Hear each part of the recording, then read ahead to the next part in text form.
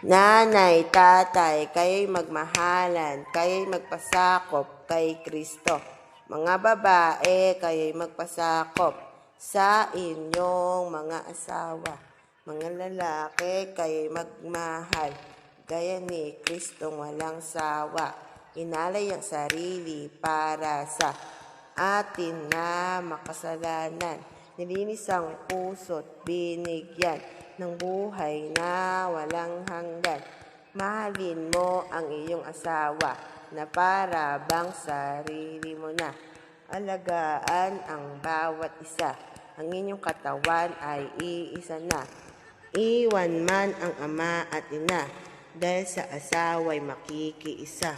Bubuo na rin ang pamilya, nakilala si Kristo at masaya. Kaya nga lalaki, magmahal ka, katulad ni Kristo sa Kanya. Mga babae, kayo'y magpasakop upang sumaya ang buong pamilya.